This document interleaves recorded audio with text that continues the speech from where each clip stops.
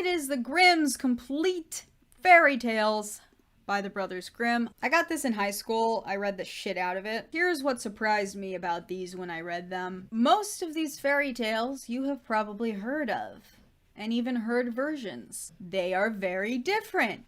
The Grimm version is probably very different than the version you have in your head. A lot of the stories are more disturbing. Sometimes they're just more disjointed and weird. We have definitely sanitized and logicified a lot of these stories because we have a more strict idea, I feel like, of what is allowed to constitute a story anymore. So I was actually very surprised. If you've never picked up Grimm's Complete Fairy Tales, please don't consider it just, oh, well, I know those.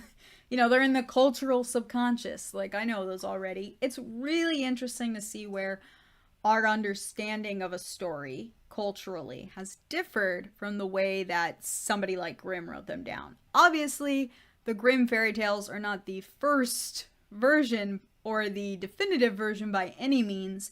They were writing down stories that they found. So these already existed, probably in a multitude of forms. I think looking at the forms that the Grimm brothers wrote down and seeing those extant stories and how they look compared to the idea we have now of the fairy tale is very interesting.